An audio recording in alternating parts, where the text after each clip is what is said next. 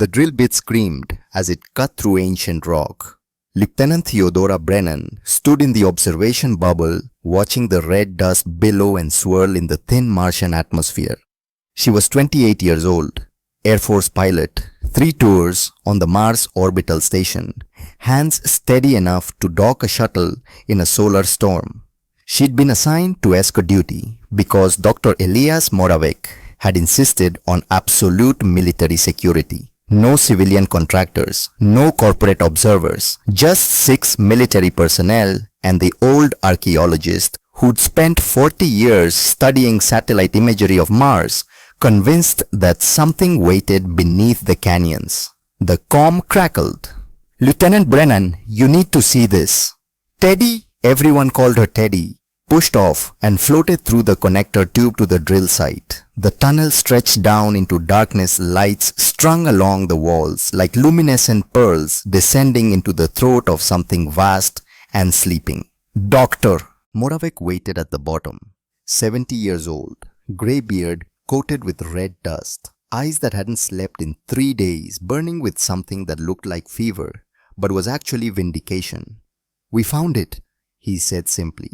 The chamber beyond defied description. It stretched for kilometers in every direction.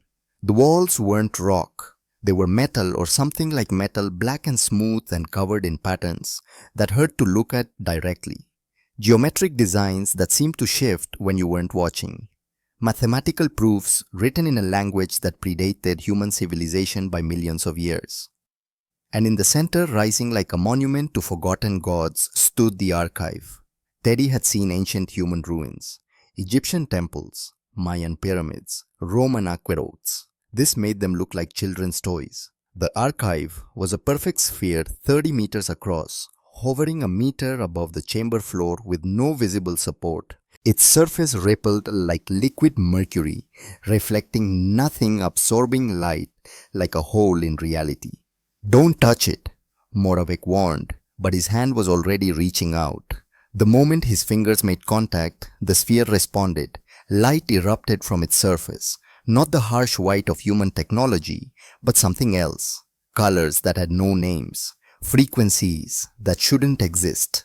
The air itself seemed to crack and splinter, reality fracturing around the archive like glass under pressure. And then the knowledge came. It poured into their minds like water through broken levees. Schematics, blueprints, mathematical formulae that would take human scientists centuries to fully understand. Technology so advanced that even seeing the designs felt like staring at the sun. Faster than light propulsion that bent space-time like paper. Energy shields that didn't block attacks but phased them into parallel dimensions. Weapons that could manipulate gravity, crack tectonic plates, destabilize stars. Stealth systems that made matter invisible to every form of detection. Quantum computers that could hack any system simply by existing near it. The precursors. Whatever they'd been had mastered physics in ways humanity hadn't even begun to imagine, and they'd been dead for 3 million years. Moravec collapsed. Teddy caught him before he hit the ground. His skin was burning. Radiation, she realized with sudden horror. The archive wasn't just a database. It was active, broadcasting, and the energy it emitted was exotic matter particles that didn't exist naturally in this universe. His body was cooking from the inside out. "Get medical down here," Teddy shouted into her comm, but Moravec's hand caught her wrist. "No," he gasped. Blood trickled from his nose. His eyes were unfocused, seeing something beyond the chamber walls. "Listen to me, Teddy. Listen carefully." She knelt beside him, cradling his head. "If Earth Command finds out about this," Moravec whispered each word costing him, "they'll weaponize it. Immediately, publicly. They'll parade it in front of the world. And when the galaxy notices, and they will notice, they'll see a primitive species with technology they shouldn't have. They'll see a threat. We can protect it. Keep it secret until..." "Until what?" "Until we're ready." Moravec coughed, spattering her suit with crimson. "There are civilizations out there that have been spacefaring for tens of thousands of years. They have intelligence networks, spy satellites, Observation posts, the moment we start testing precursor technology openly, they'll know. Teddy's mind raced. She'd read the briefings. Earth had been receiving strange signals for decades, radio telescopes picking up patterns that couldn't be natural. But official contact, that was still theoretical, still decades away. Wasn't it? They're already watching us, Moravec said, reading her face. They've been watching since we split the atom, since we went nuclear. That's when primitive species become interesting. That's when they start paying attention. His breathing was labored now, shallow. The radiation had cooked his lungs. Promise me something, Teddy. His hand tightened on her wrist with surprising strength. Promise me you'll build in secret everything for as long as it takes. Show them exactly what they expect to see: primitive rockets, slow progress, chemical propulsion. Let them think they know everything about us. How long? Decades, centuries if necessary. He smiled, blood on his teeth. You're young, smart, Air Force grooming you for command. You'll make Admiral by 40. And this? He gestured weakly at the archive. This technology includes medical applications, cellular regeneration, anti-aging therapies. You'll have time, Teddy, more time than you can imagine. You want me to lie to the entire galaxy. I want you to survive long enough to matter. His eyes locked onto hers, suddenly clear, burning with intensity. When they come, and they will come, they'll assess us, judge us, decide if we're worthy of joining them or if we are a threat to be eliminated. If we show them everything we have, they'll either conquer us or destroy us. But if we hide it, we control the revelation. We choose when to show our hand. We make them underestimate us completely. Moravec's voice was fading, each word softer than the last. And when they finally attack, because they will attack Teddy, predators always attack what they think is weak. We'll show them what 2 centuries of secret preparation looks like. The medical team arrived, rushing into the chamber with emergency gear. But Teddy could see in Moravec's eyes that it was already too late. Promise me, he whispered.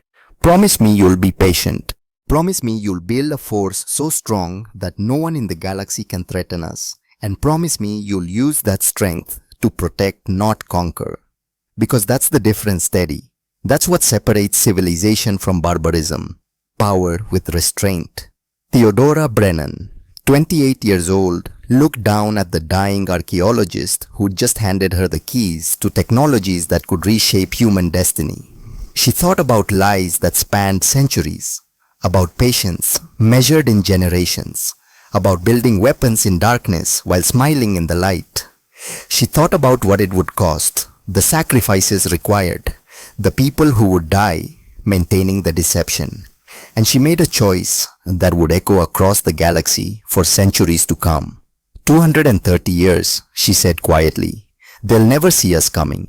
Moravec smiled one last time. Then he closed his eyes and stopped breathing. Teddy stood looking at the archive, feeling its alien warmth on her skin. The knowledge it contained could change everything, could make humanity a power that rivaled the oldest civilizations in the galaxy. But only if they were smart, only if they were patient, only if they could lie convincingly for longer than most civilizations existed. She activated her comm. This is Lieutenant Brennan. Seal this site. Classification level Omega Black. No records, no reports. This operation never happened.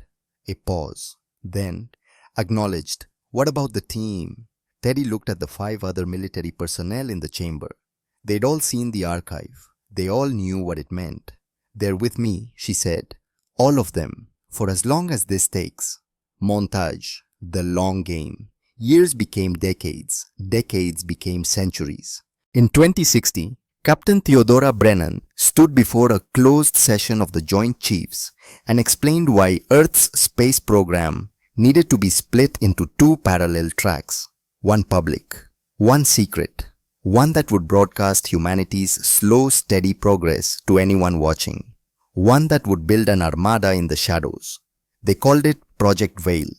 Public shipyards sprang up in Earth orbit, broadcast loudly, easily observed by any civilization with basic telescopes. The ships they built used chemical propulsion, kinetic weapons, Primitive fusion reactors.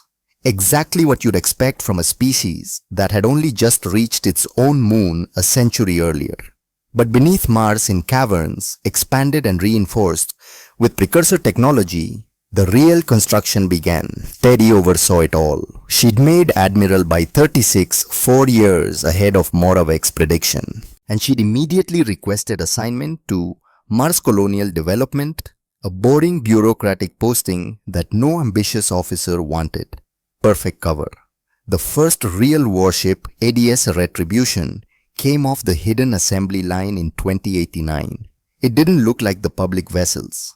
Its hull was midnight black, coated with metamaterials that bend sensor waves around it like water around stone. Its engines manipulated gravity itself, pulling the ship forward by warping space-time. Its weapons could generate localized singularities, crush enemy vessels with artificial gravity, or simply phase shift matter out of normal space entirely. It was beautiful, terrible, a sword forged in darkness, and it was the first of thousands. By 2100, Teddy was 74 years old. She looked 58. Precursor anti-aging therapy, cellular regeneration that reset her biological clock every year, keeping her at peak physical and mental condition. She would age slowly if at all. She would have time to see this through. She would need it. The asteroid belt became a constellation of hidden shipyards, hollow asteroids, their interiors carved out and converted into massive construction facilities. From the outside, they looked like any other rock tumbling through space. From the inside, they were cathedrals of industry, churning out warships at a rate that would have terrified anyone watching. But no one was watching. Not closely. Not yet. The Oort cloud, that vast sphere of ice and rock at the edge of the solar system, became humanity's furthest frontier. It took years to reach even with precursor propulsion. But out there beyond the observation range of anyone passing through the system, humanity built bases that would make ancient military installations look like mud huts. Fortress stations, weapons platforms, fleet staging areas, and helios. 7 platforms, each 30 kilometers long, each capable of manipulating stellar physics in ways that made nuclear weapons look like firecrackers.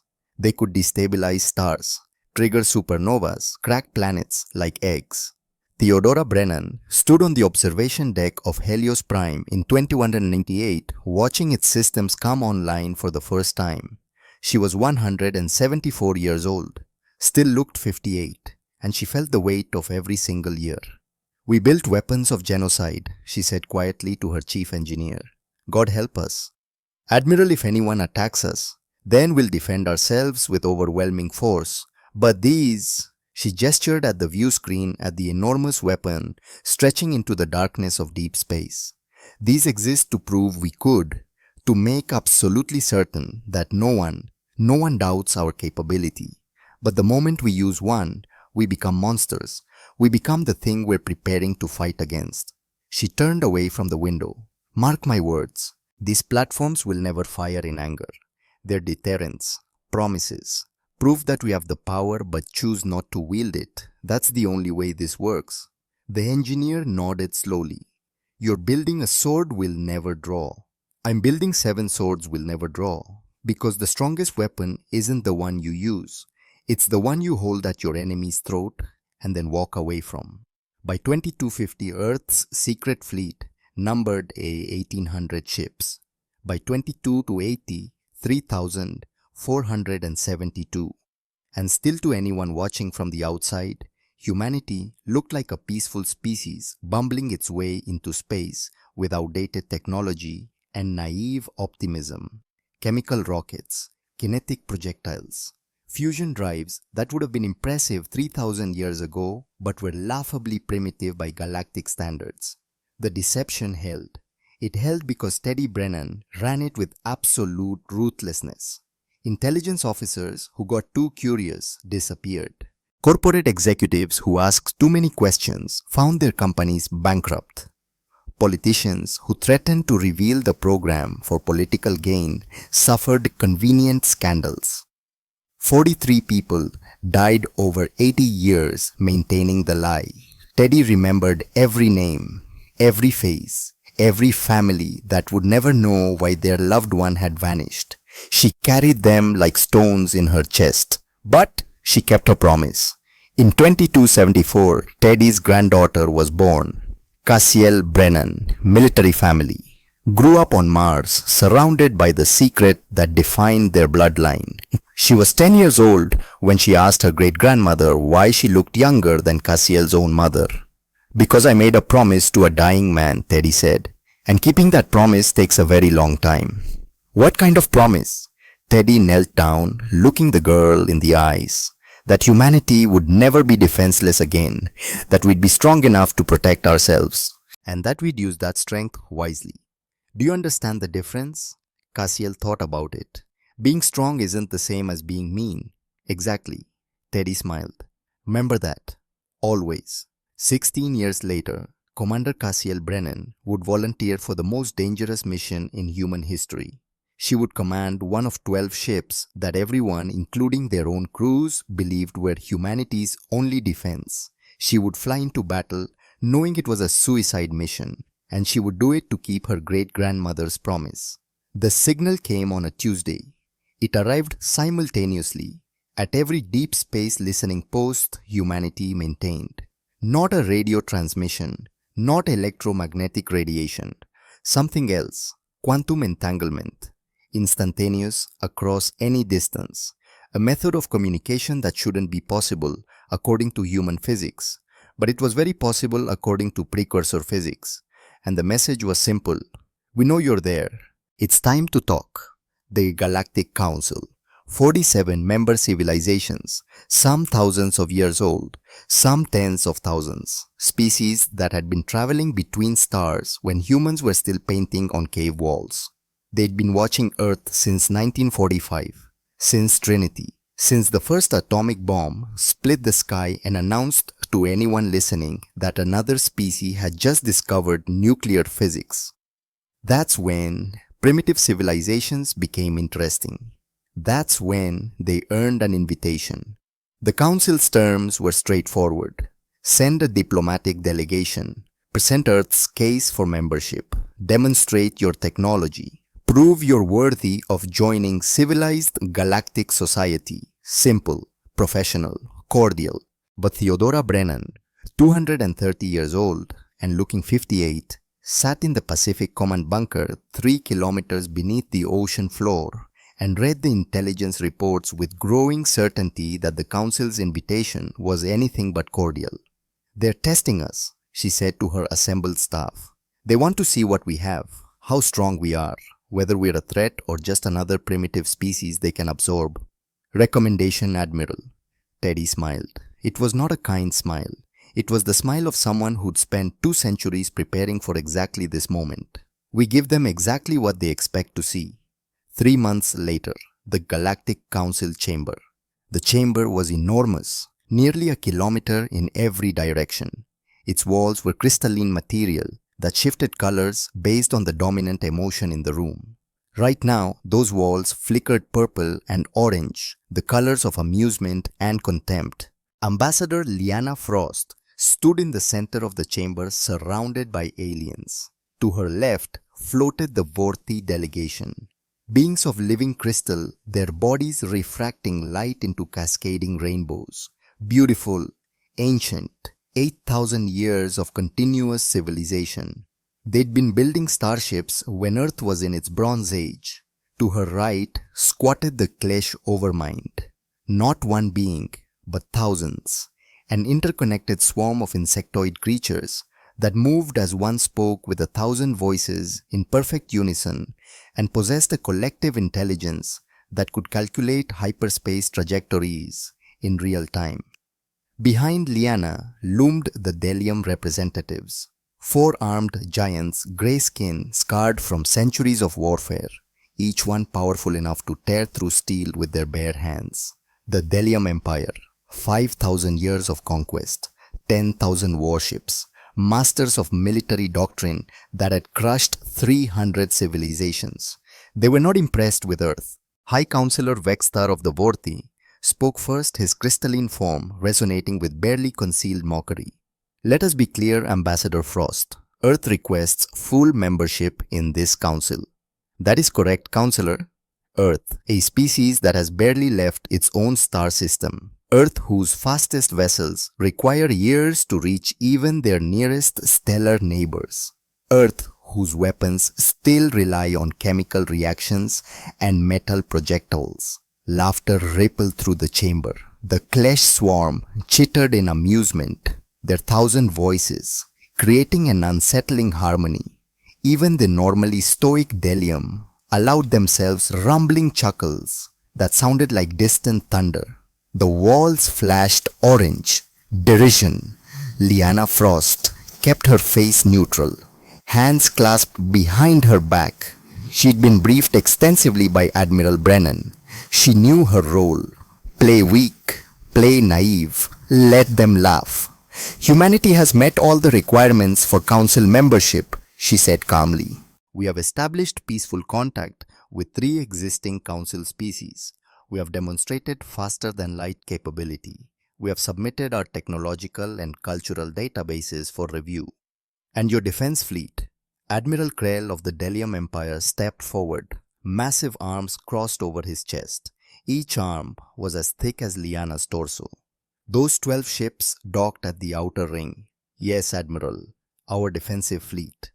We counted them human, 12 vessels, each smaller than our supply transports. His voice was granite grinding against granite. My empire alone commands 10,000 warships. The Vorthi maintain 8,000. Even the youngest council race fields 3,000 vessels, and you arrive with 12. He shook his great head, the scars on his skull catching the light. This is an insult. You waste our time. The chamber walls pulsed red. Agreement. Lyanna allowed herself a small, carefully controlled smile. In her ear, hidden beneath her hair, a microscopic communicator carried Admiral Brennan's voice from 3 light years away. Perfect, Brennan whispered. They're completely convinced.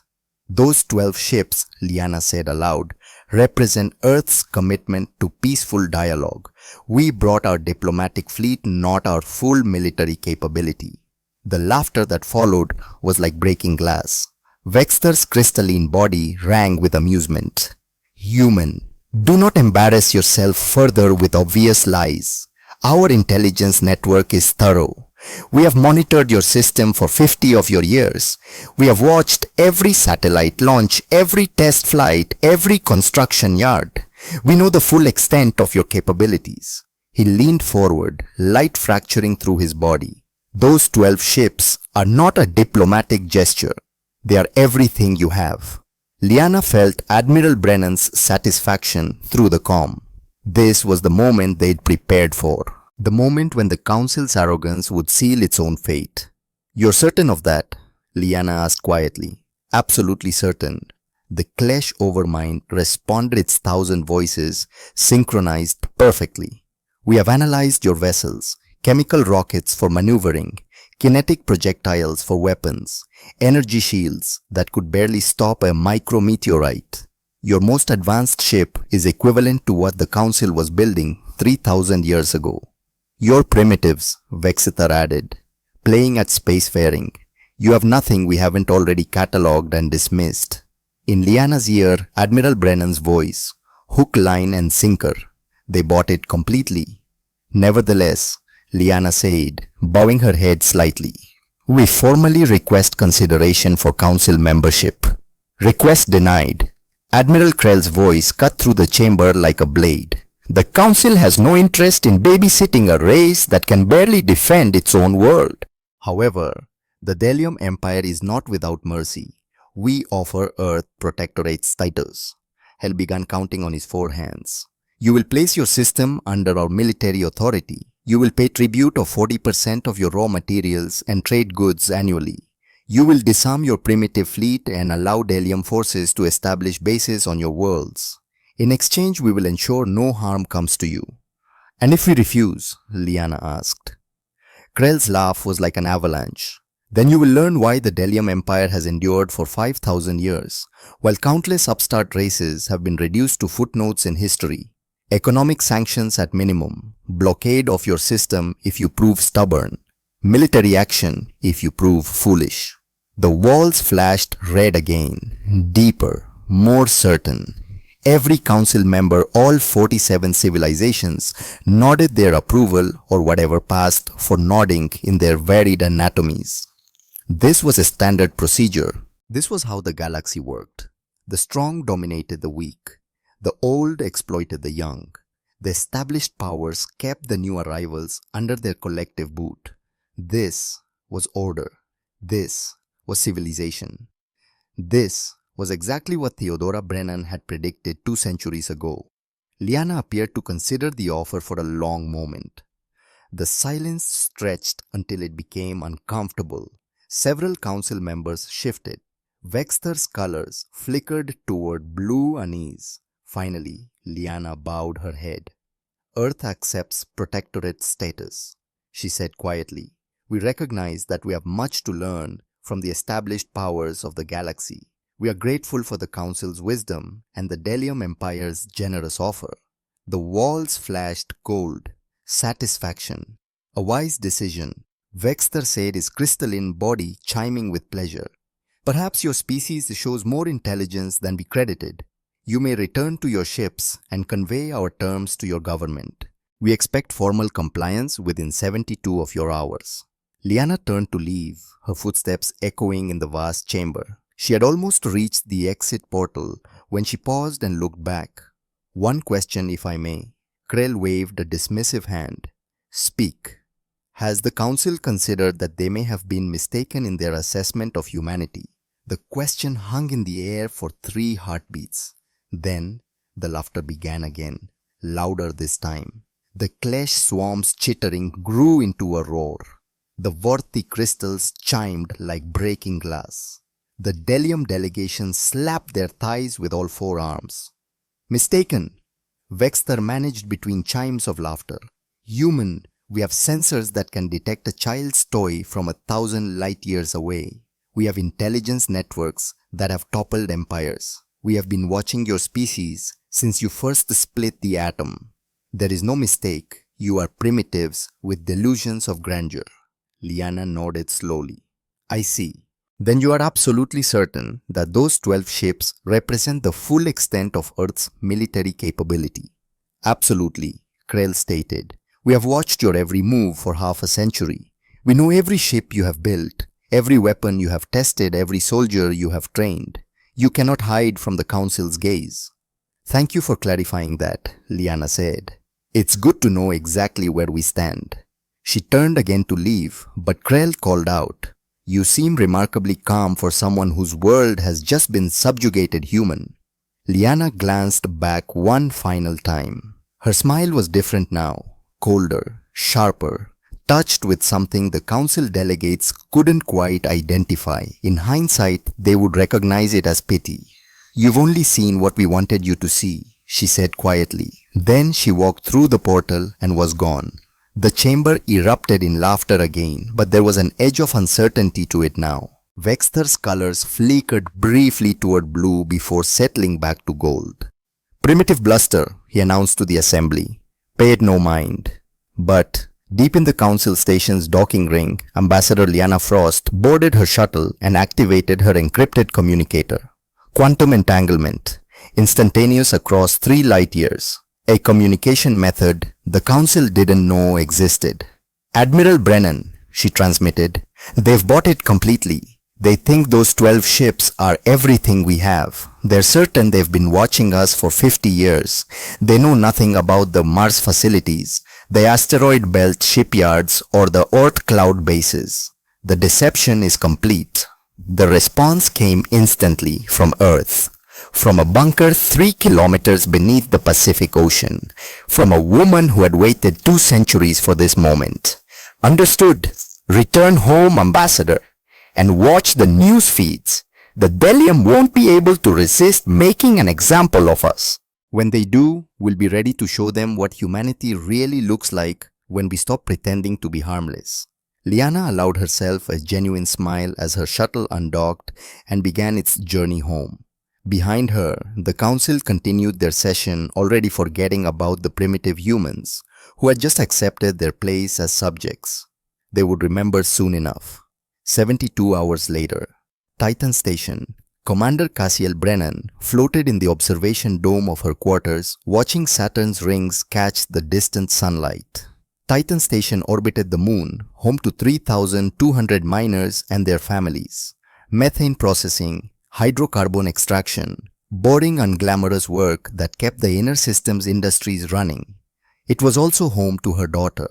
Emma was 8 years old, bright, curious, always asking questions that Cassiel struggled to answer. Questions like, "Mom, why do we have to live so far from Earth? And why does great-great-grandma Teddy look younger than you?" Cassiel had answers to the second question. She just couldn't share them. Her husband James worked in the processing sector. Chemical engineer, good man, patient, kind. The kind of father who spent hours building model spaceships, with Emma explaining how fusion drives worked, pointing out the constellations visible from Saturn's orbit. Cassiel's comm chimed, incoming message, high priority encryption. She activated it then and Admiral Theodora Brennan's face appeared on the screen. 230 years old, looking 58, still sharp as broken glass. "Commander," Brennan said, "I need you to listen very carefully." "Yes, Admiral. In approximately 6 hours, a Delium fleet will arrive at Titan Station. They will demand immediate surrender and evacuation. When the station refuses, and it will refuse because I've already given the orders, they will open fire." Cassiel felt her blood turn to ice. "My daughter is being evacuated now. All families. Emergency protocols I authorized 3 days ago. She'll be on a transport heading in system within the hour. She'll be safe." And James, Brennan's face softened slightly. Just slightly. "All adult civilians have been given the option to evacuate. Those who stay are volunteering. Your husband knows what's coming. He chose to stay." "Why?" Cassiel's voice cracked. "Why would he?" "Because the Delium need to believe we're weak. Because they need to believe they can bully us into submission. Because 3,200 people need to die today so that 8 billion can live tomorrow." Brennan leaned forward. "I'm sorry, Cassiel. I'm so sorry. But this is the cost. This is what it takes. You're using them as bait. I'm using them as martyrs. There's a difference. And I'm asking you to be one too. You and your crews. The 12 ships. You know what they really are. You know what's hidden beneath the outer hull plating." Cassiel knew. She'd trained for this. Every member of the diplomatic fleet had trained for this. They'd volunteered knowing full well what their mission entailed. Fly into battle. Make it look desperate. Make it look like humanity's last stand. And die convincingly enough that the Delium and the entire council believed Earth was finished. "How many of us are coming back?" Cassiel asked quietly. "Honestly, I don't know.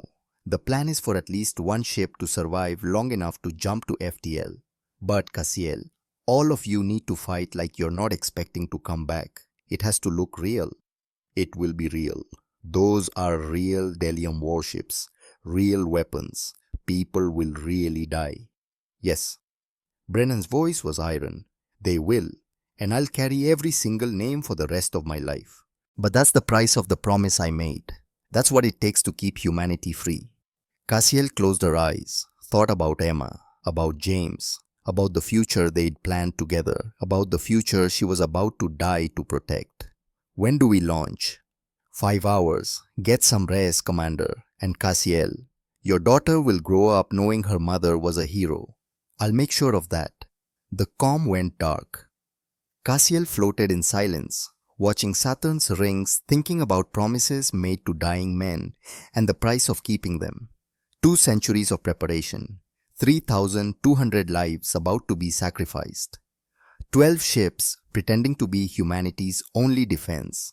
And somewhere in the darkness, hidden in caverns beneath Mars, in hollowed asteroids, throughout the belt, in fortress stations, at the edge of the Oort cloud, 3,472 warships waited, ready to reveal what 2 centuries of patient deception had built, ready to show the galaxy what humanity looked like when it stopped pretending to be harmless. Cassiel pulled up a photo of Emma, saved it to her personal drive. Then she headed to the hangar to board her ship, Edessa Retribution, one of 12 decoys, built to look primitive, built to fool sensors, built to die convincingly. But beneath the outer plating in the hidden core that even the crew barely understood, something else waited. Something the Delium had no idea existed. Theodora Brennan's final gift to her granddaughter. A chance. Slim. Desperate. But a chance. Cassiel strapped into her command chair and activated the ship's systems. Around her, 215 other volunteers did the same across 12 vessels. They'd all said goodbye to their families. They'd all volunteered knowing the odds. They were humanity's sacrifice, humanity's martyrs, and they would make the Delium pay in blood for every second of their arrogance. The countdown began. 5 hours until the Delium arrived. 5 hours until the lie became truth. 5 hours until the galaxy learned that Earth had been preparing for this moment since before most of their crew members were born. Cassiel looked at Emma's photo one last time. Then, she deleted it. Where she was going, she couldn't afford distractions. All ships, she transmitted. This is Commander Brennan. In 5 hours, we show them what humanity really is. Not the peaceful species they think we are. Not the primitives they've dismissed, but the ones who've been lying to them for 2 centuries. We're going to do this today, but we're going to lose so badly, so desperately, so convincingly that they'll never doubt they've won. And then when they're most certain of their victory, my great-grandmother is going to show them what we built while they were laughing at us. It's been an honor serving with you all. The responses came back one by one, calm, professional, ready. They were all going to die. But they were going to die in a way that saved everyone else. Cassiel activated the final countdown sequence and waited for the Delium to arrive. On the bridge of inevitable justice 3 light years away, Fleet Commander Thane watched the countdown clock and smiled. In 6 hours, the humans would learn their place. He had no idea he was walking into a trap 2 centuries in the making. 6 hours passed in silence. Then, the Delium Third Fleet dropped out of hyperspace like a hammer falling on glass. 300 warships, each one a monument to 5,000 years of military engineering. Sleek hulls of grey composite armor.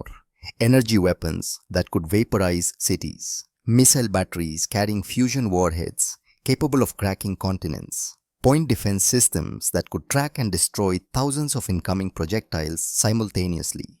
They were beautiful in the way that apex predators are beautiful. Perfect killing machines, honed across millennia of conquest. Fleet Commander Thane stood on the bridge of his flagship, Inevitable Justice, watching the tactical display with satisfaction. Behind him, projected on holographic screens that wrapped around the spherical command center, his fleet held perfect military formation. 3 centuries of experience had taught him that intimidation was half the battle. Show overwhelming force. Make resistance seem futile. Most species surrendered before a shot was fired. Status report. Thane commanded his 4 arms, moving through practiced gestures that controlled multiple systems simultaneously. All ships ready for combat operations. Commander, his tactical officer reported. We are positioned at the edge of the Saturn system. The human mining station has registered our presence. Their primitive warning satellites are already broadcasting distress signals. Thane's mandibles clicked in satisfaction. Broadcast on all frequencies. Let the humans hear their fate. The communications officer activated the system, and Thane's voice boomed across space, powerful and absolute. Attention humans of Titan Station. This is Fleet Commander Thane of the Delium Imperial Navy. You have been granted the honor of Protectorate status under Delium authority. Your government has 72 hours to comply with our terms. However, we have decided that an immediate demonstration is necessary. He paused, letting the words sink in. You have 1 standard hour to evacuate this station completely. All personnel, all equipment you can carry. After that, we will reduce these facilities to debris, as proof of what happens when primitives waste the Council's time. This is your only warning. The message repeated automatically while Thane settled into his command throne. Around him, his crew worked with calm efficiency. They had done this hundreds of times before, with dozens of different species. The pattern was always the same. Initial resistance, a demonstration of overwhelming force. Then complete capitulation. Humans would be no different. "Commander," the sensor officer called out, "I'm detecting movement from the station. Civilian transports are launching." "Evacuating," Thane mused. "At least they show some survival instinct. Weapons maintain target lock on those transports. If they flee, we let them go. Our quarrel is with their military infrastructure, not their refugees." "Sir, I'm also detecting." The sensor officer's voice carried a note of confusion. "Commander, I'm reading 12 contacts emerging from behind Saturn. They match the signatures of the vessels we observed at the Council station." Thane sat forward. "The same 12 ships?" "Yes, Commander. Identical energy signatures. They're moving to intercept our formation." Silence fell over the bridge. Every crew member turned to look at their commander, waiting for orders. But more than that, waiting for an explanation that made sense. 12 ships against 300. "Orders, Commander," the tactical officer asked. Thane's four hands gripped the armrests of his throne. He had fought many species over his 3 centuries of military service, and he had learned to read tactics and strategy like others read simple text. This made no sense. Humanity had shown intelligence at the Council. They had accepted terms rather than face destruction. Why throw away their only military assets in a meaningless gesture unless it was a test? Unless they wanted to see how Delium forces fought, gather tactical data, learn from defeat to prepare for future resistance. That at least made some sense. It was still foolish, to what good was tactical data when you lacked the forces to use it, but it suggested a primitive cunning. "Very well," Thane decided. "We will educate them thoroughly. All ships combat Formation Delta. Let us show the humans what Delium warfare looks like. Weapons free. Destroy those vessels." The Delium fleet moved with practiced precision. Energy weapons charged, glowing with barely contained power. Missile tubes loaded their deadly cargo. Point defense systems activated, ready to intercept any counterattack. The human ships came on, not slowing, not wavering. "They're separating," the sensor officer reported, "breaking into 4 groups of 3 vessels each. Commander, they're using chemical thrusters for evasive maneuvers. I can see the exhaust plumes. This is incredibly inefficient." "Because they are primitive," Thane said. "Fire when in range." The distance closed. 100,000 kilometers, 50,000, 20,000. At 15,000 kilometers, the Delium fleet opened fire. Edes Retribution, Commander Cassiel Brennan's flagship. The universe became light and fire. Energy beams lanced through the void, each capable of vaporizing a small moon. Missiles streaked forward their fusion warheads, primed to detonate with the force of small stars. Space itself seemed to tear apart under the onslaught, and Cassiel danced. "Hard starboard," she shouted. "Emergency burn full thrust." Her ship twisted and spun chemical thrusters, firing in rapid, chaotic bursts. The movements were desperate, wild, inefficient. Exactly what you'd expect from a primitive species fighting with outdated technology against an overwhelming enemy. They were also completely manual. No computer assistance, no predictive algorithms, just human reflexes, and 3 months of intensive training in how to fly like you were terrified. The first salvo missed more targets than it hit. "What are they doing?" Thane's tactical officer demanded from the bridge of inevitable justice. "No computer could calculate those movements. They're flying manually. That's insane." Thane watched with growing respect. One of the human ships took a glancing blow from an energy beam, its crude shields flaring and failing. Atmosphere vented from a gash in its hull, but the vessel kept moving, kept fighting. Another launched what appeared to be every missile it carried in a single volley, suicidal tactics that sacrificed all future firepower for one overwhelming barrage. "Interesting," Thane murmured. They fight without fear, adjust targeting algorithms, compensate for irregular movement. But inside Retribution, Cassiel wasn't fighting without fear. She was drowning in it. Fear for her crew, fear that the plan wouldn't work, fear that James had died for nothing. But she channeled that fear into action. All ships, she transmitted on the encrypted tactical channel. Remember the mission. We're not trying to win. We're trying to gather data. Make them show us everything, every weapon system, every tactic, every formation. Die if you have to, but die learning. Her sensor officer's voice cracked. Commander, they're adapting. Targeting solutions are improving. We've got maybe another 10 minutes before. Then we use those 10 minutes. Helm put us inside their formation. Navigation calculate a ramming solution for the nearest cruiser. Ramming, ma'am. They need to believe we're desperate. What's more desperate than using our ships as missiles? The battle evolved into a strange, brutal dance. The Delium fleet hammered at the human vessels with overwhelming firepower, and the humans replied with tactics that bordered on madness. They used their own ships as shields for each other. They rammed disabled vessels into Delium attack patterns to disrupt targeting. They fired their weapons until the barrels melted, then used the dying ships as missiles themselves. One human vessel, EDS Defiance, its entire port side torn away, and venting atmosphere somehow managed to get inside the Delium formation. Its captain transmitted one final message. For humanity, remember us. Then it self-destructed, taking 2 Delium frigates with it in a blaze of nuclear fire. Thane stood from his throne, watching the tactical display with something approaching admiration. These humans are warriors, he admitted quietly. Foolish doomed warriors, but warriors nonetheless. But what Thane couldn't see, what his sensors couldn't detect, was that every single human ship was recording everything. Every energy signature, every missile trajectory, every shield frequency, every formation pattern.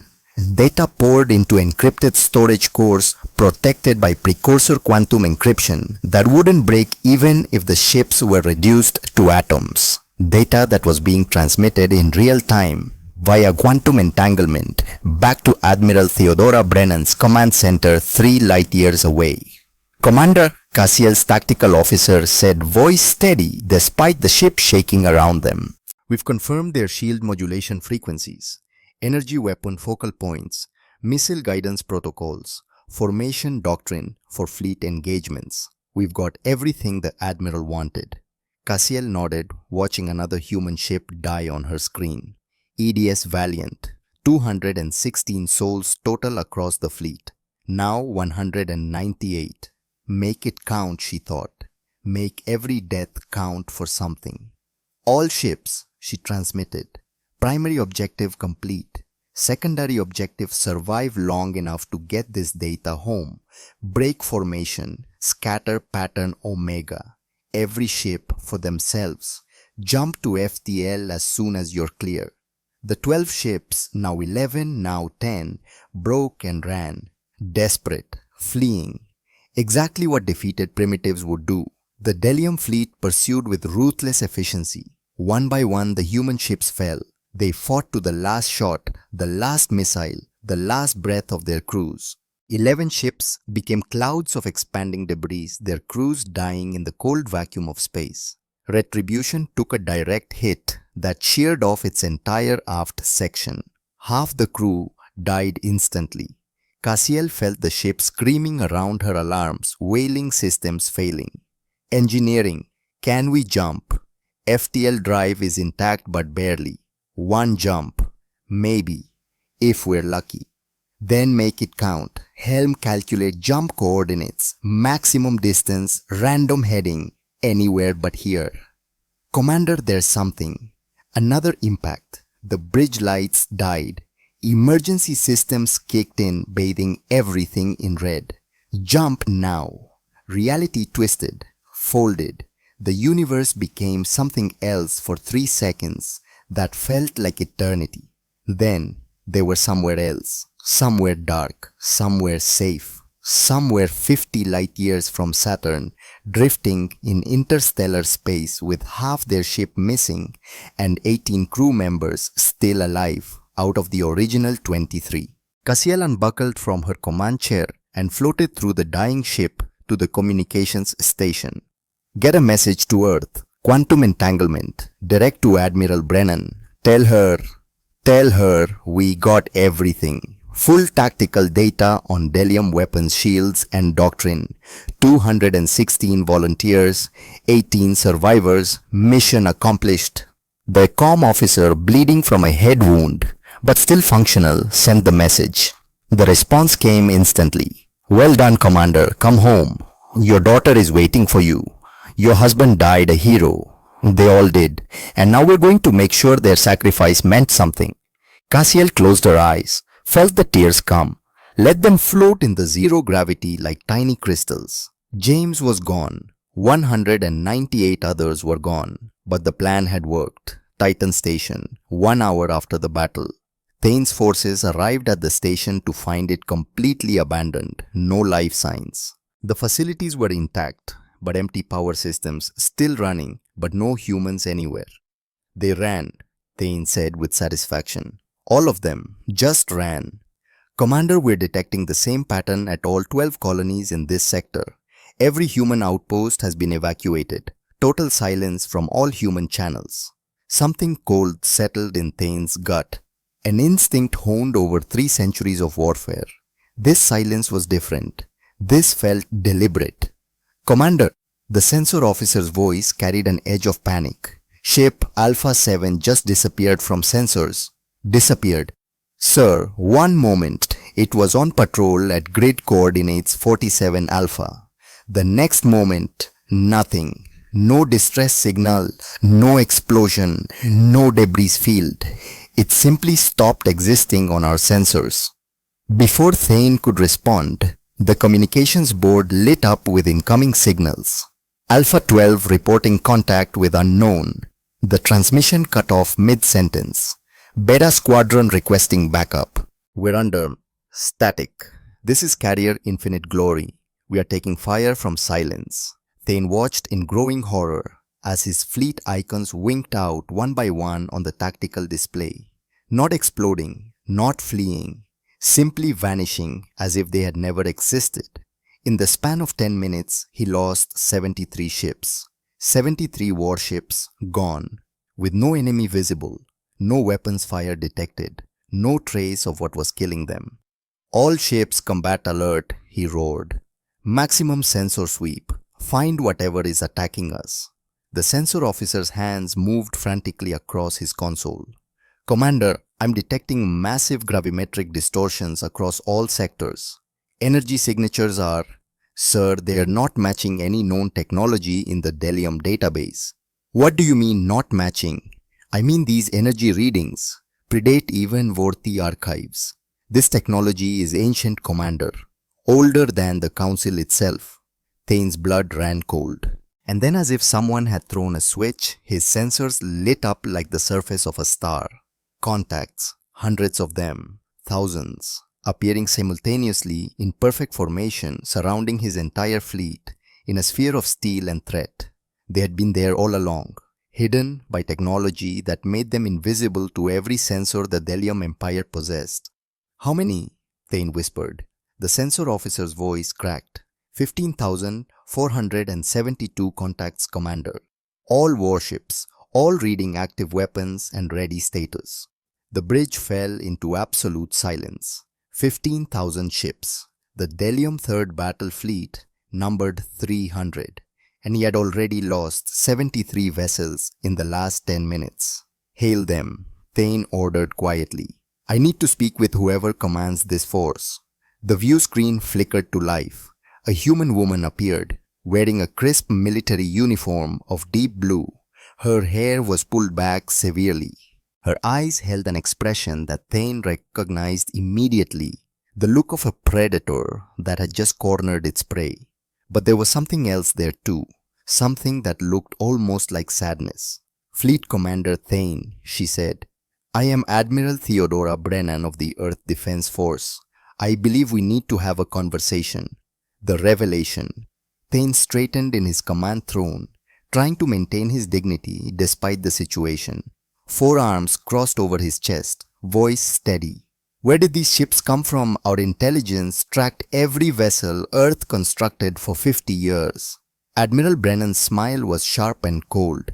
You tracked what we allowed you to track. Tell me, Commander, have you heard of Mars? The fourth planet in your system. A barren rock. Not so barren as it turns out. Brennan leaned forward. 2 centuries ago, before the Council even knew we existed, a human expedition to Mars discovered something extraordinary. Ruins. Ancient ruins are left by a civilization that existed millions of years before any current Council race evolved. Thane felt his hands gripping his throne harder. That's impossible. The archaeological surveys looked where we wanted them to look, Brennan interrupted. The ruins were deep, Commander. Kilometers below the surface in caverns that natural sensors couldn't penetrate. Inside we found data archives, manufacturing templates, technology that makes your energy shields and plasma weapons look like children's toys. She gestured and the view screen split. Alongside her face appeared images, vast underground facilities, strange machines being assembled. Ships unlike anything in the Council databases being constructed in secret. Thane stared. Those vessels looked nothing like the primitive ships his fleet had just destroyed. These were sleek, black, predatory. Their hulls seemed to absorb light rather than reflect it. For 2 centuries we prepared, Brennan continued. We built facilities in hollowed-out asteroids. We constructed shipyards on the dark side of our moon where your sensors couldn't detect them. We established bases in the Oort cloud so far from your observation points that you never even looked, and we built a fleet using technology that predates your entire civilization. But why? Thane demanded. Why hide? If you possessed this power, you could have demanded Council membership. You could have. We could have shown our hand too early. Brennan's voice was iron. Commander, humanity learned something important in our history. Never reveal your true strength until you know your enemy's intentions. We needed to discover what kind of galaxy we were dealing with. Would the Council accept us as equals, or would they see us as threats to be eliminated or primitives to be exploited? Thane understood then. The 12 ships at the Council meeting, the humble diplomatic performance, the acceptance of protectorate status, all of it had been theater. The 12 ships, Heath said slowly. They were bait. Purpose-built decoys, Brennan confirmed. Designed specifically to match what we thought galactic civilizations would expect from a newly spacefaring race. Old-fashioned propulsion, kinetic weapons, weak shields, all deliberately engineered to seem primitive. We fed your intelligence networks exactly what we wanted them to see. False construction yards, fake test flights, ships being built in public view while the real fleet was constructed in secret. But the casualties, Thane said. Your people died fighting my fleet, 216 volunteers. For the first time, something like genuine emotion crossed Brennan's face. Her voice softened just slightly. Every single one of them volunteered. They knew they wouldn't survive. They knew their job was to make their sacrifice look desperate enough to convince you that Earth was defeated. Their deaths bought us the intelligence we needed on your tactics, weapons, and shields. She paused. And more importantly, they revealed your true nature. What nature? Predators, Brennan said softly. The Council had a choice, Commander. They could have welcomed Earth as partners. They could have offered genuine cooperation. Instead, they mocked us, threatened us, demanded we submit to slavery disguised as protectorate status, and then sent you to make an example of us. She leaned back. You've shown us exactly what the Galactic Council really is. Not a cooperative alliance, but a hierarchy of bullies maintained by military force. Species like yours have been doing this for thousands of years, crushing anyone who might challenge your dominance, keeping younger races under your boot, calling it civilization. Thane looked at his tactical display, at the overwhelming force surrounding his fleet, at the ships his sensors still couldn't fully analyze, at technology that shouldn't exist. What now? He asked quietly. Do you destroy us? Make an example as we tried to make of you. That depends. Brennan's voice was measured, calm. We didn't build this fleet to conquer the galaxy, Commander. We built it to ensure that no one could conquer us. But we needed to know who we were dealing with. Now we know. She leaned forward, and her next words carried across space with absolute clarity. You have a choice, Commander Thane. You can surrender your fleet. Your ships will be interned. Your crews will be treated with dignity and according to military law. You will face trial for unprovoked aggression against a sovereign species. Or, she paused, or you can fight. And if you fight, I promise you that not one Delium vessel will leave this system alive. The galaxy will watch as your entire battle fleet is destroyed by the primitives you came here to conquer. Your empire will see 300 warships reduced to debris. And everyone will know that the Delium Third Fleet died because they underestimated humanity. Thane looked at his bridge crew, young officers who trusted him, veterans who had served under him for decades. He thought of the 73 ships already lost, of the families who would mourn them. He thus thought of his own pride, the pride of his empire, and what surrender would mean. Then he thought of those 15,000 ships on his sensors, and the cold mathematical certainty that his fleet could not win. Admiral Brennan, he said slowly, I must consult with my staff. May I have one standard hour? You may, Brennan said. But, Commander, every minute you delay, the rest of the galaxy is watching. Our broadcast is going out on all channels. The Council is seeing this right now. They're seeing their mighty Delium fleet surrounded and outmatched. Every moment you wait, you're showing every species in the galaxy that Earth is not the primitive backwater they thought. The screen went dark. Thane sat in his command throne, surrounded by his shocked and frightened crew, and faced the hardest decision of his 3-century career. 1 hour later, I have decided, Thane announced to his assembled officers. We will surrender. Relief flooded across some faces, shame across others. His tactical officer looked stricken. Sir, the Delium Empire has never surrendered a fleet in 5,000 years of warfare. If we give up without fighting, we will be remembered as cowards. And if we fight, Thane asked quietly. Our sensor officer has run every simulation our computers can generate. We cannot win. They outnumber us 50 to 1. They have technology we cannot counter. If we engage, our fleet will be destroyed in minutes. Then we die with honor, the tactical officer insisted. No, Thane said. We live with wisdom. He stood, all 4 arms spread wide. I have fought for 3 centuries. I've conquered 17 worlds. I've never lost a battle. And I'm telling you now, these humans are not primitives. They are not victims. They are predators who have been pretending to be prey. And they have just shown us that we were never the apex species we thought we were. He turned to his communications officer. Open a channel to all ships in the fleet. When the confirmation came, he began speaking. Attention all vessels of the 3rd Battle Fleet. This is Fleet Commander Thane. We came here to conquer a species we believed was weak. We were wrong. We were deceived. But we were also arrogant. We assumed our strength gave us the right to dominate. We never questioned whether that right existed. He could see confusion on the faces of his bridge crew. Admiral Brennan has offered us surrender or death. I choose surrender. But not just my surrender, all of us. We will power down weapons and submit to human authority. We will face trial for our crimes, and we will learn from our defeat. But Commander, his second in command protested. This is not negotiable, Thane said with finality. Open a channel to Admiral Brennan. The human admiral's face appeared almost immediately. Commander Thane, have you reached a decision? I have. My fleet surrenders unconditionally. We will power down our weapons and submit to your authority. We accept internment and trial. Something flickered in Brennan's eyes. Surprise perhaps, or respect. A wise choice, Commander. However, I'm going to do something that might surprise you. Before we take your surrender, I'm going to make you an offer. An offer? You wanted to see how humans fight. You got a glimpse with those 12 decoy ships, but you still don't understand. You still think this is about overwhelming numbers, about superior technology. You think we won because we have 15,000 ships to your remaining vessels. Brennan smiled.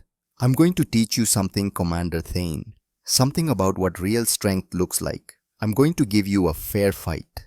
Before Thane could ask what she meant, 14,999 of the human ships around his fleet began withdrawing. Their formations opened like a flower blooming in reverse. When the movement stopped, only one human vessel remained in engagement range, a ship roughly the same size as Inevitable Justice. My name is Captain Jennifer Martinez, a new voice said as the view screen switched to show a younger human woman. I command the EDS Unconquered. Commander Thane, you wanted an honorable fight. You've got one. My ship against yours. No interference. No backup. Win and your fleet goes free. No trial. No internment. Admiral Brennan will allow you to return home. Lose and you surrender as offered. Agreed. Thane stared. This was madness. This was mercy. This was respect. This was everything the Council should have offered Earth and hadn't. Agreed, he said. The duel. The two ships faced each other across 3,000 kilometers of empty space, while 15,000 human vessels watched and 227 Delium ships held their breath. Across the galaxy, the Council delegates watched in stunned silence as the battle they thought they understood completely transformed into something else. A duel between warriors bound by rules both sides acknowledged. Weapons free, Captain Martinez said. Begin when ready. Thane brought 3 centuries of experience to bear. He used every tactic he knew, every maneuver his people had perfected over millennia of warfare. Flanking attacks, feints, missile barrages designed to overwhelm point defenses, while energy weapons struck from unexpected angles. Martinez countered with technology that seemed like magic. Her shields absorbed the energy weapon strikes that should have vaporized them facing the attacks into parallel dimensions. Her weapons cut through Delium armor like it wasn't there, using focused gravity beams that crushed matter at the molecular level. Her ship moved with impossible precision, as if it could predict where his weapons would fire before he gave the orders. But she didn't simply overwhelm him. She matched his tactics, countered his strategies, fought in a way that showed she understood the difference between defeating an enemy and humiliating them. The battle lasted 30 minutes. In that time, Thane damaged Unconquered's port shields, destroyed 2 of her weapons arrays, forced Martinez to execute emergency maneuvers 3 times. He fought better than he had ever fought in his life. It wasn't enough. A final barrage from Unconquered knocked out Inevitable Justice's main power systems. Emergency lights flickered on. The bridge crew worked frantically at dying consoles. All weapons offline, Commander, his tactical officer reported quietly. Shields failed. Power at 15%. We cannot continue. Martinez's face appeared on the emergency screen. Commander Thane, you fought with honor. Will you surrender now? Thane looks at his crew, then at the human captain who had defeated him while still showing respect. I will, Captain Martinez. I formally surrender Inevitable Justice and request internment under the terms offered by Admiral Brennan. Surrender accepted, Commander. Prepare to be boarded. And for what it's worth, Martinez paused. You're the best opponent I've ever faced. Within hours, human boarding teams secured the Delium fleet. They were professional, courteous. They treated prisoners with dignity. Medical teams immediately began helping the wounded. The human marines who took Thane into custody saluted him before escorting him to a holding area. Admiral Brennan met him there personally. Commander Thane, you and your officers will be held for trial on charges of unprovoked aggression. You'll have access to legal counsel. The trial will be broadcast throughout the galaxy. And my crew will be treated according to the conventions of military law. They were following orders. The Delium Empire sent them here. They didn't choose this mission. Thane nodded slowly. You are more merciful than we would have been. We're not doing this out of mercy, Brennan said quietly. We're doing this because we want the galaxy to see that there's an alternative to the Council's way. We want every species to understand that strength doesn't have to mean domination. She turned to leave, then paused. Commander, I reviewed the footage of your battle with Captain Martinez. You fought brilliantly. In another circumstance, with the different choices made centuries ago, we might have been allies instead of enemies. In another circumstance, Thane agreed. Perhaps we would have been. As Brennan left, Thane sat in his cell and activated the public news feeds. Across the galaxy, he watched the reactions pour in. The council was in chaos. The Worthy were demanding emergency sessions. The Klesh were recalculating probabilities. And dozens of smaller species that had been subjugated, exploited, or ignored by the council were watching Earth with new interest, new hope. The galaxy had changed in the span of a single day, and Commander Thane, sitting in a human prison cell, realized he had just witnessed history.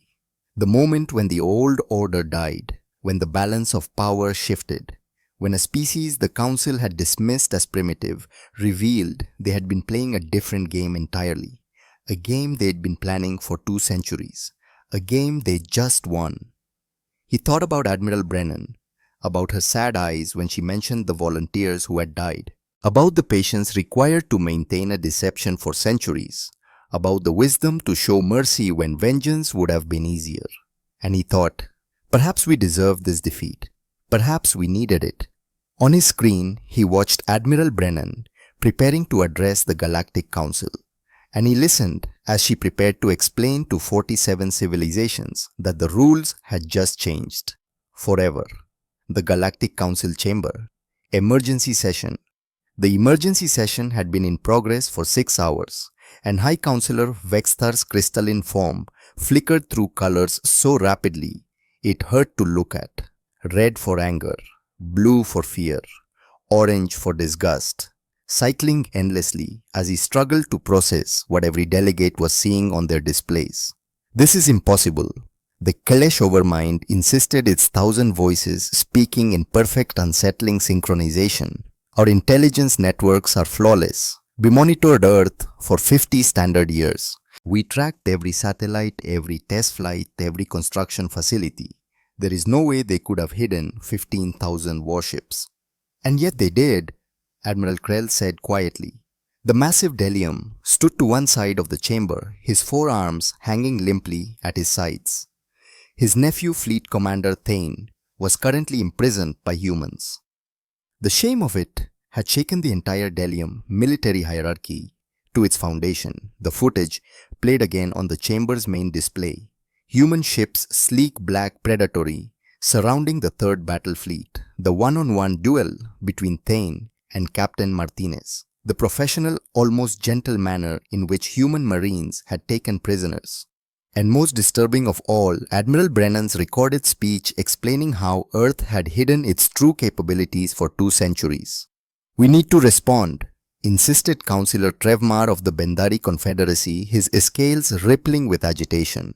We cannot allow this challenge to Council authority to stand.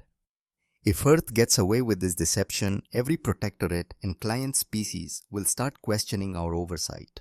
What do you suggest? Vexter asked, his voice resonating with barely controlled panic.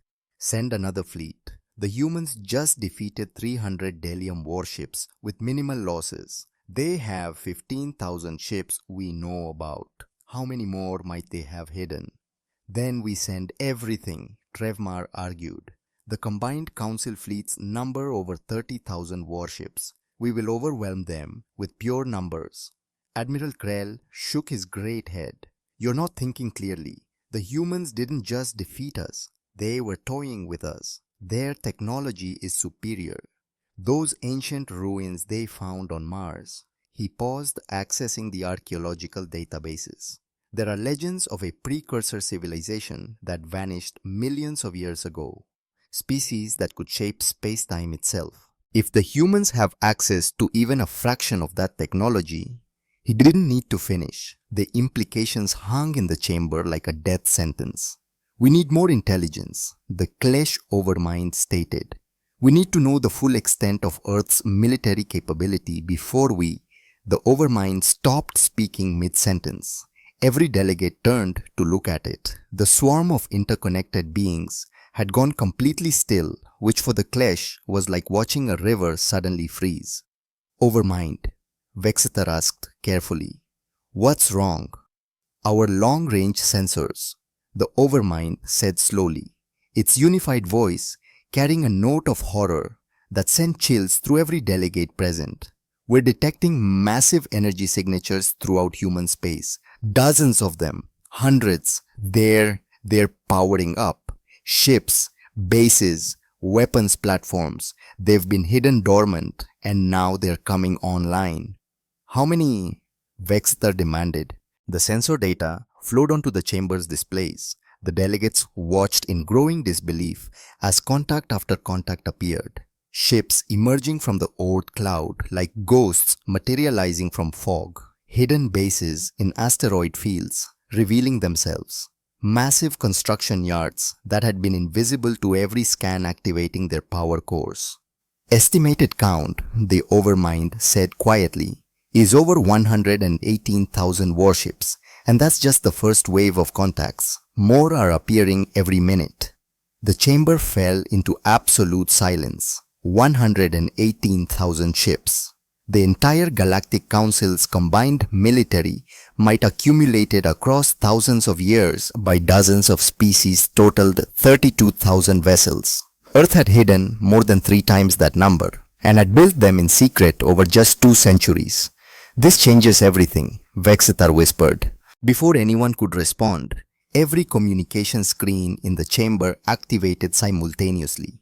Ambassador Lyanna Frost appeared, but she was no longer wearing the simple diplomatic attire from her last visit.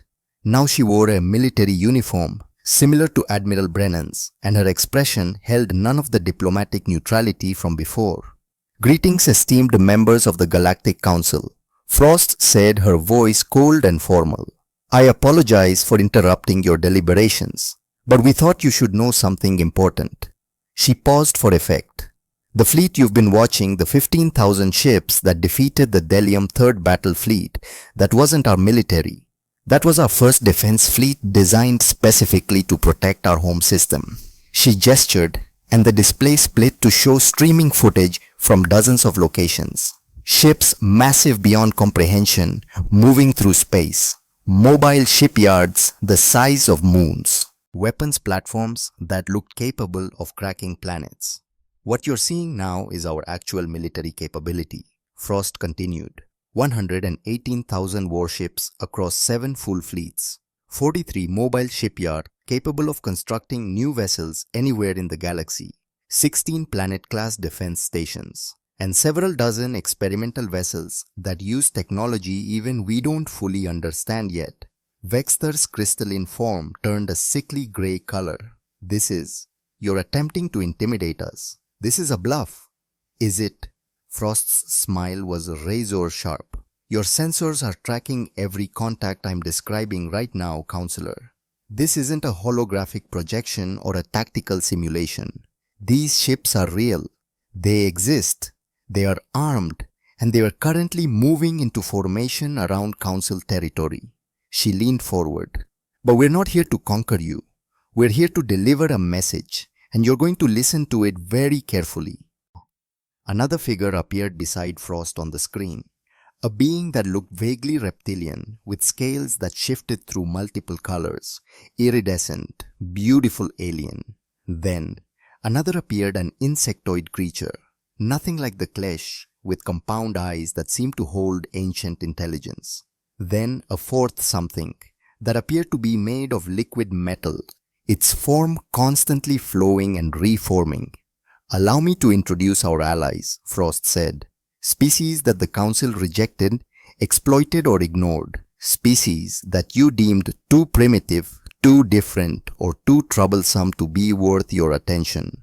The reptilian being spoke, its voice translated into standard galactic. I am Coordinator Silas of the Saurian Collective. The Council denied us membership 300 years ago because our technology didn't meet your arbitrary standards.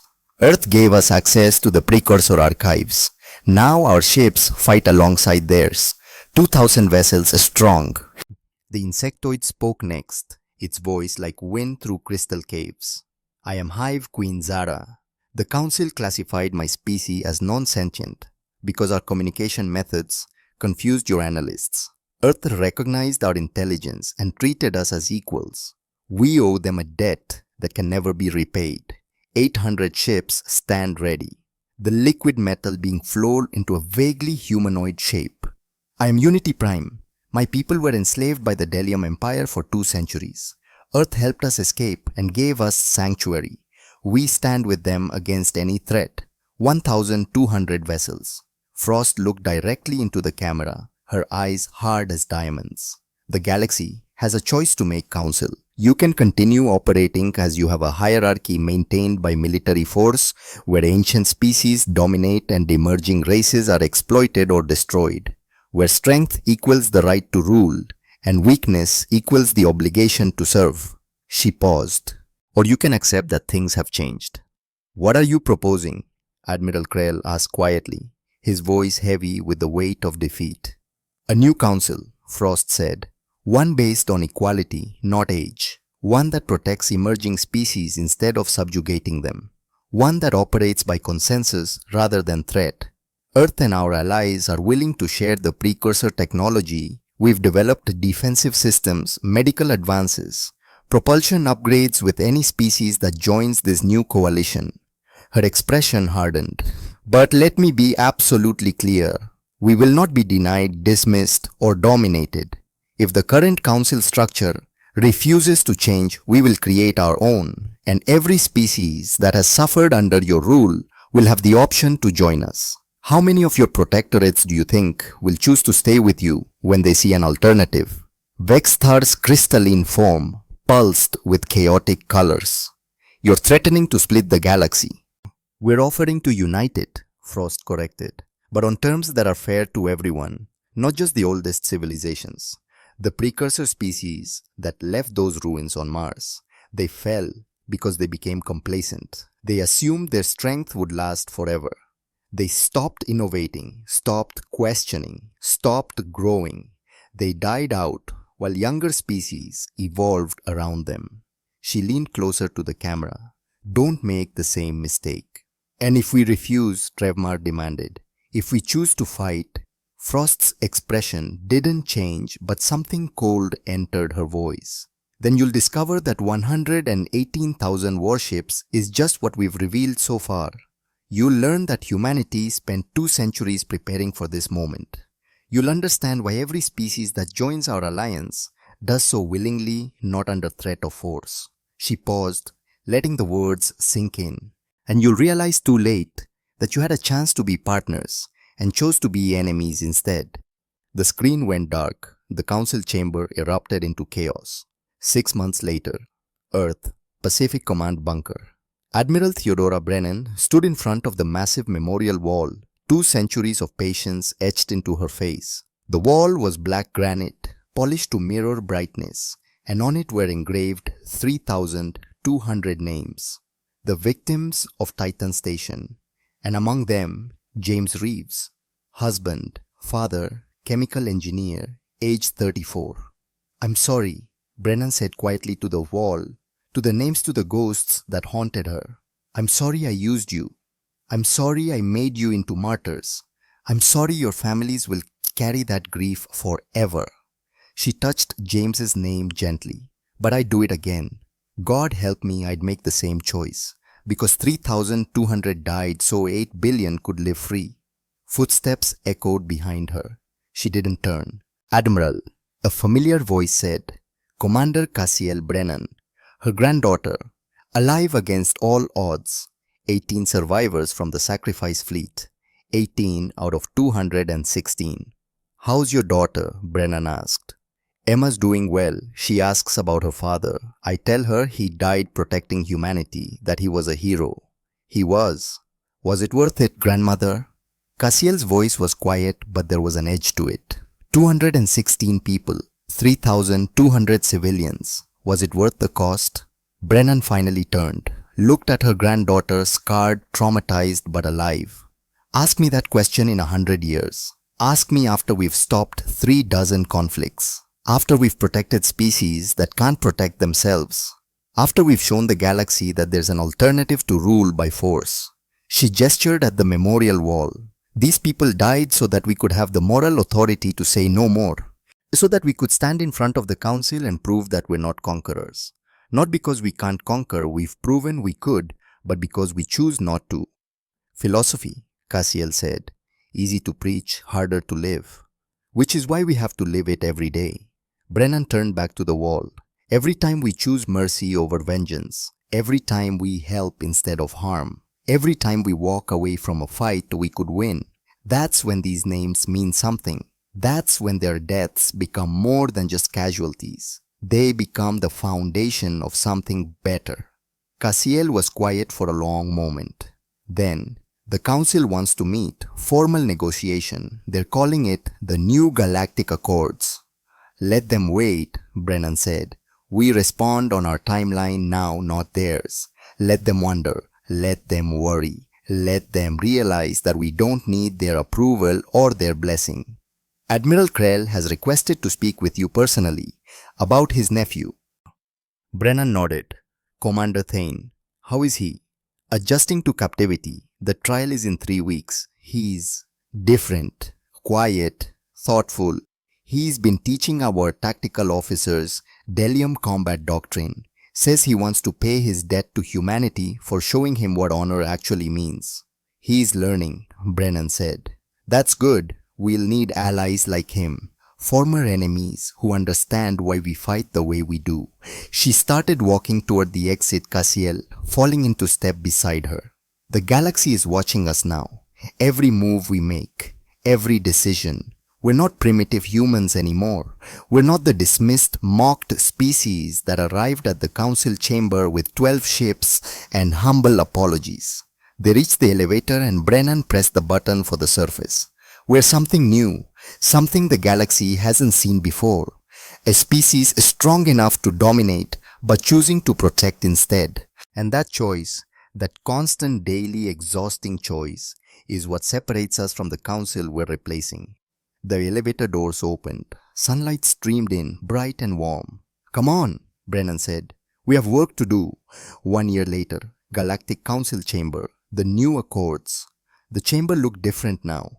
The walls still shifted colors with the dominant emotion in the room, but the seating had been rearranged. Instead of the old hierarchical structure, with the eldest civilizations at the center and younger species relegated to the outer rings, the chamber now held a circular table, equals sitting together. 47 old council members occupied one half of the table. 18 new species, Earth's allies, occupied the other half. And at the head of the table, neither in the old position of authority nor the new position of revolution, sat two figures, High Counselor Vexthar of the Vorthi and Admiral Theodora Brennan of Earth.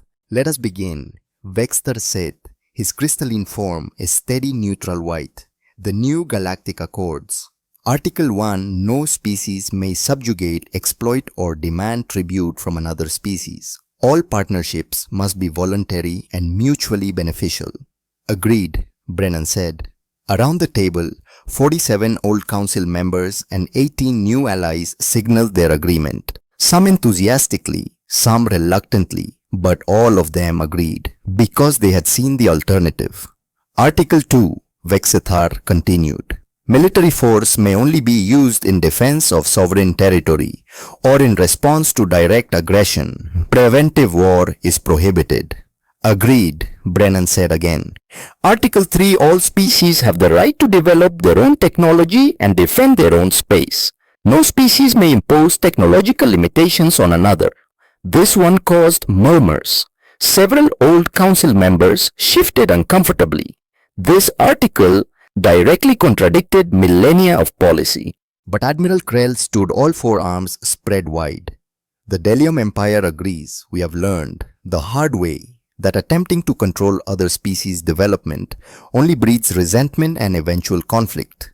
If Earth had been allowed to develop openly, perhaps we would have met as allies instead of enemies. The murmurs quieted. When the Delium Empire agreed, everyone else fell in line. Article 4, Vexthar said, and now his colors shifted toward blue unease. This was the controversial one, the one that would reshape galactic politics forever. The formation of the Protectorate Force, a military organization composed of a volunteer species dedicated to defending those who cannot defend themselves, led by Earth, operating independently of Council authority, answerable only to its own charter. Silence. This was the price of peace. Earth's condition, the one thing they refused to negotiate. Autonomy, independence, the right to act as guardians without asking permission. The Council cannot allow an independent military force to, Trevmar began. The Council doesn't have a choice, Brennan interrupted, her voice cold. Article 4 is non-negotiable. We've proven we don't need your permission. We're offering cooperation instead of conflict. But we will not submit to Council oversight. We will not let our defensive fleet be neutered by committee votes and political maneuvering. She stood, and every eye in the chamber turned to her. For 10,000 years, the Council has maintained order through threat, through domination, through the implicit promise that if you step out of line, someone will come to crush you. That's not order. That's oppression wearing a diplomatic mask. Her voice echoed through the chamber. Earth offers something different, a force that protects without demanding payment, that defends without seeking to control. That stands between the weak and the strong, not to claim the weak for ourselves, but to ensure they have the chance to grow strong on their own terms. Vexeter's colors flickered.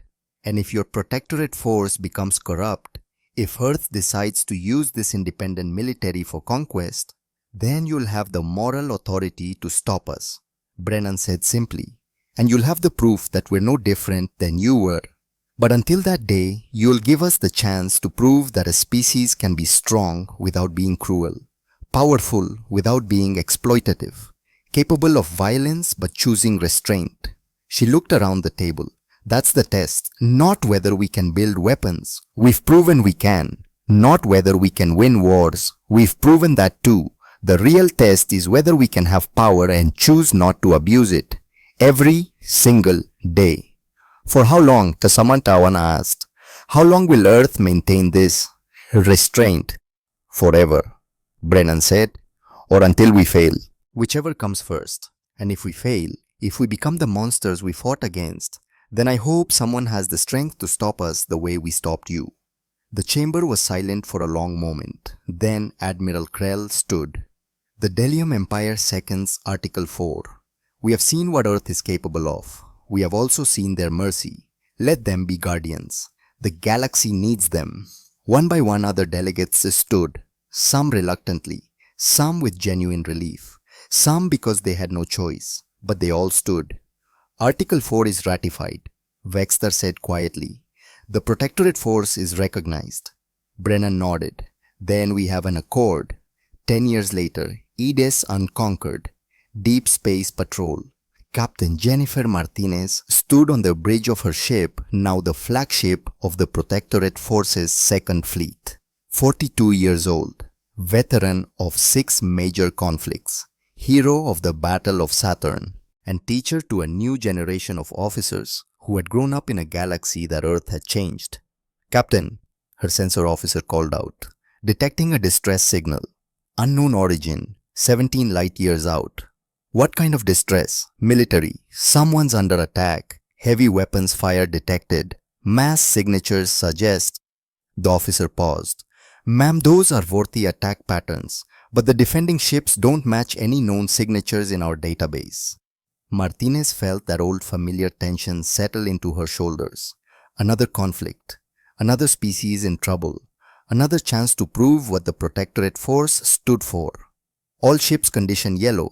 Plot intercept course. Send a message to Pacific Command. Tell Admiral Brennan we have a situation. Captain, should we wait for reinforcements? Martinez smiled. It was the same smile her mentor Admiral Brennan wore when she was about to do something the Council wouldn't approve of. We're the Protectorate Force. We don't wait for permission to do what's right. Take us in. Unconquered and her battle group jumped to FTL, Earth, Pacific Command bunker. Admiral Theodora Brennan was 268 years old, still looked 58, still carried the weight of every decision she'd made since that day in the Mars caverns, when Elias Moravec had asked her to make a promise. "Admiral," her aide said, "Captain Martinez has engaged unknown hostiles, worthy aggressor vessels attacking an unidentified species.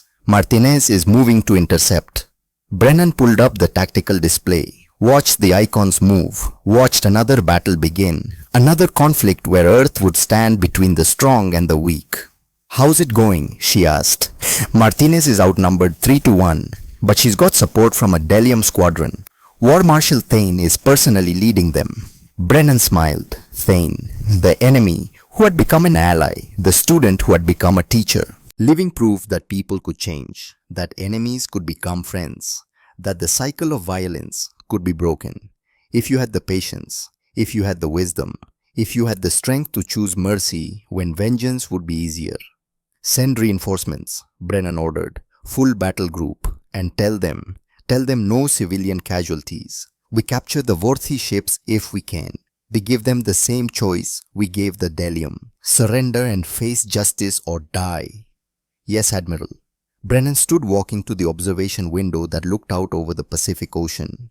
3 kilometers above her, waves crashed against the shore. The sun set in colors that would have made Moravec smile. 268 years, she thought, and I'm still keeping the promise. Her comm chimed, "Private channel." She activated it, and War Marshal Thane's face appeared now older, scarred from a decade of fighting alongside humans, but with eyes that held wisdom he'd lacked before. "Admiral Brennan," he said, "we're engaging worthy aggressors. 6 heavy cruisers attacking a colony of the Meridian species. Small, peaceful, no significant military. Classic council tactics from the old days." "I see it," Brennan said. "Martinez is on her way. Reinforcements 5 minutes behind her." "We don't need reinforcements," Thane said, and there was pride in his voice. "Humans taught us well. We're Protectorate force now. We know how to fight like guardians instead of conquerors." "Be careful anyway," Brennan said. And Thane, "Thank you for learning, for teaching others, for proving that change is possible." Thane nodded. "You gave me mercy when I deserved execution. You treated my people with dignity when we had shown you none. How could I not learn from that?" The comm went dark. Brennan stood alone in the command center watching tactical displays showing conflicts across 3 sectors. The Protectorate force, now numbering 43,000 ships from 12 species responding to threats, defending the defenseless, standing between bullies and victims, doing what the Council had failed to do for 10,000 years. Her comm chimed again. This time the face that appeared was younger, much younger. Lieutenant Emma Reeves, age 18, Cassiel's daughter, James's daughter, 4th generation of the Brennan family to serve. "Admiral," Emma said, "request permission to speak freely." "Granted." "Why do we do this? The Council isn't paying us. The species we protect can't repay us. We risk our lives for strangers who will never thank us." "Why?" Brennan smiled. It was the same question Cassiel had asked, the same question every generation asked when they first saw the cost of being guardians. "Come to the memorial wall," Brennan said. "I'll show you." The memorial wall. 1 hour later, Emma stood in front of the black granite reading names. 3,200 of them, including her father's.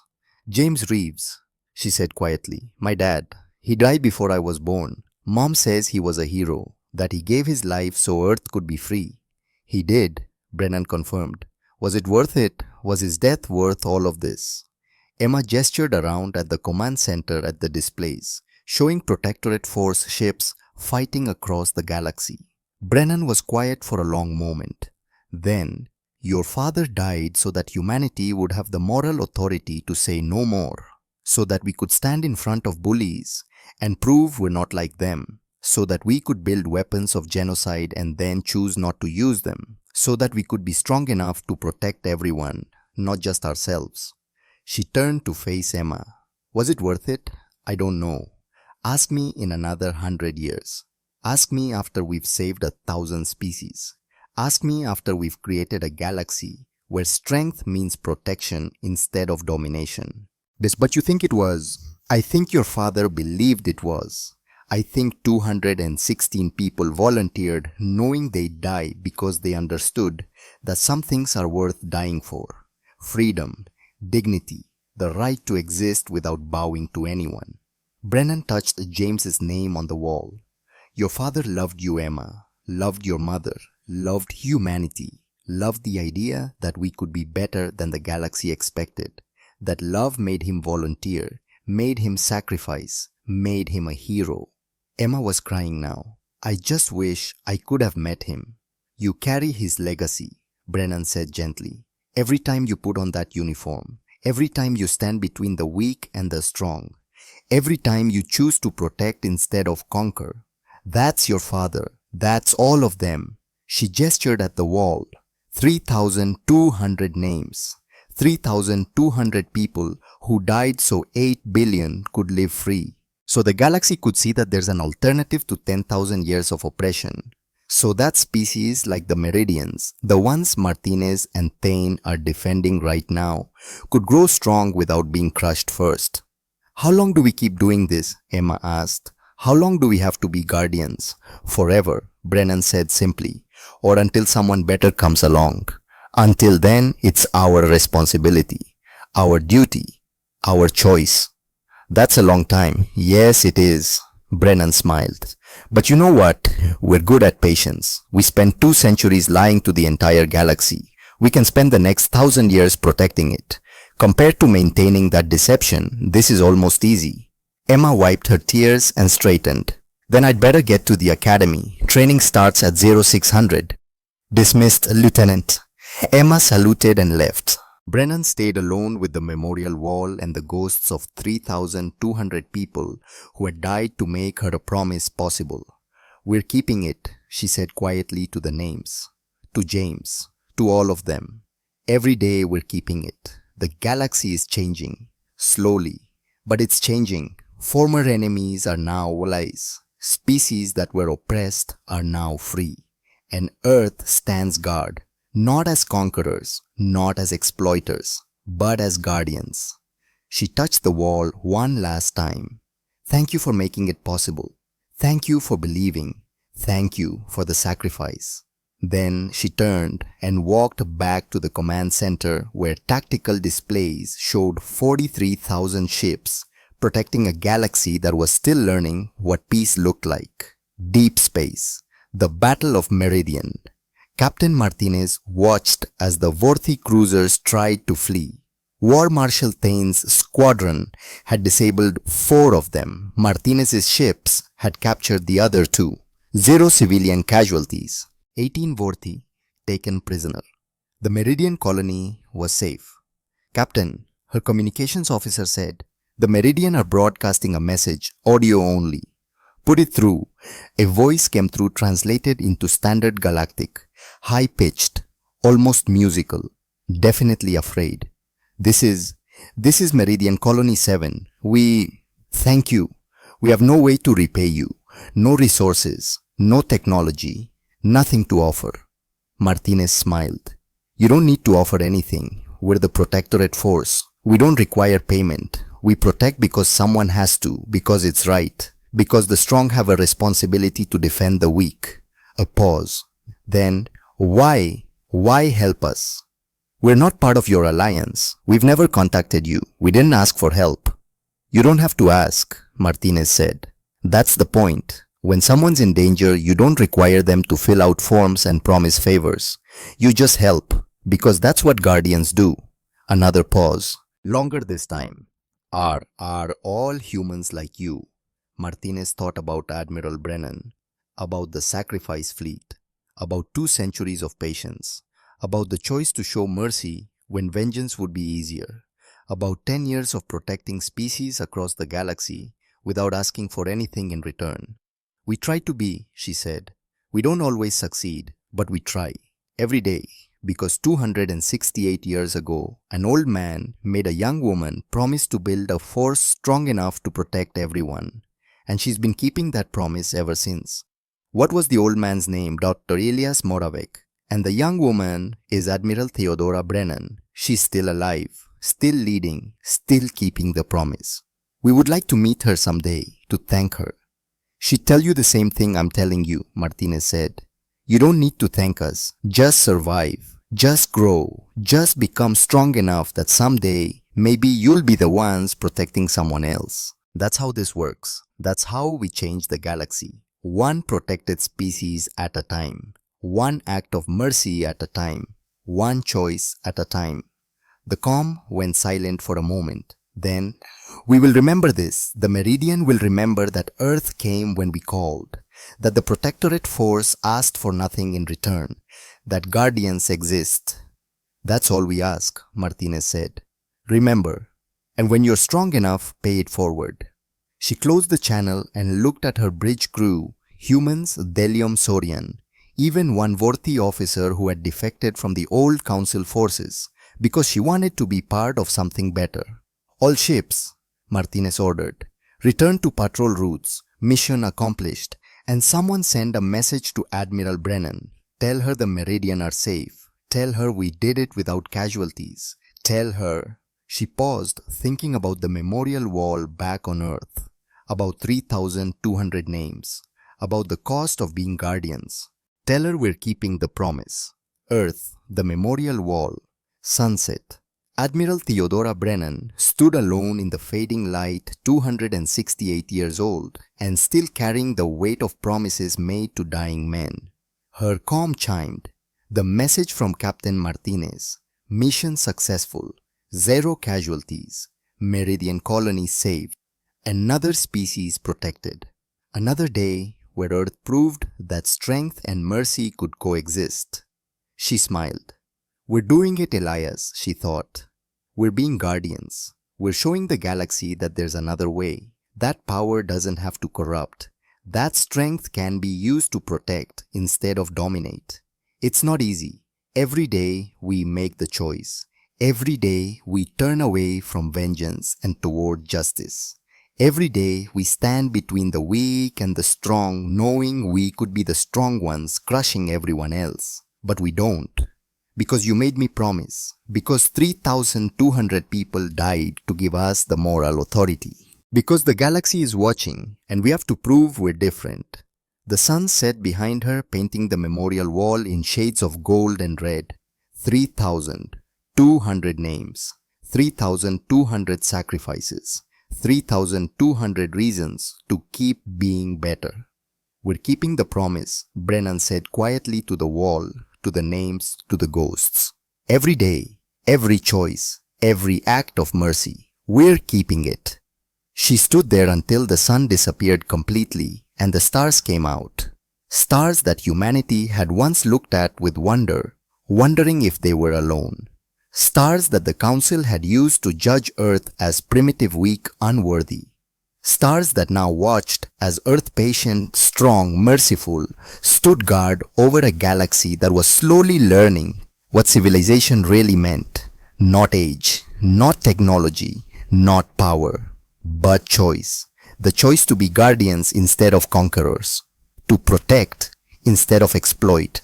To show mercy instead of seeking vengeance. That choice, that simple, daily, exhausting choice, was what separated civilization from chaos, guardians from tyrants, the future from the past, and Admiral Theodora Brennan, 268 years old and looking 58, had been making that choice every single day since she was 28 years old and held a dying archaeologist in her arms. She would keep making it until the day she died. Because that was the promise. That was what 2 centuries of patience had built. That was what humanity had become. Not the strongest species in the galaxy, not the oldest, not the wisest, but the ones who chose to be guardians when they could have been gods. And that choice would echo across the stars for generations to come. Somewhere in deep space, a new distress signal. The call went out across quantum channels. Another species in trouble. Another conflict. Another chance for the Protectorate Force to prove what it stood for. And across 7 fleets spanning 118,000 ships, volunteers prepared to answer that call.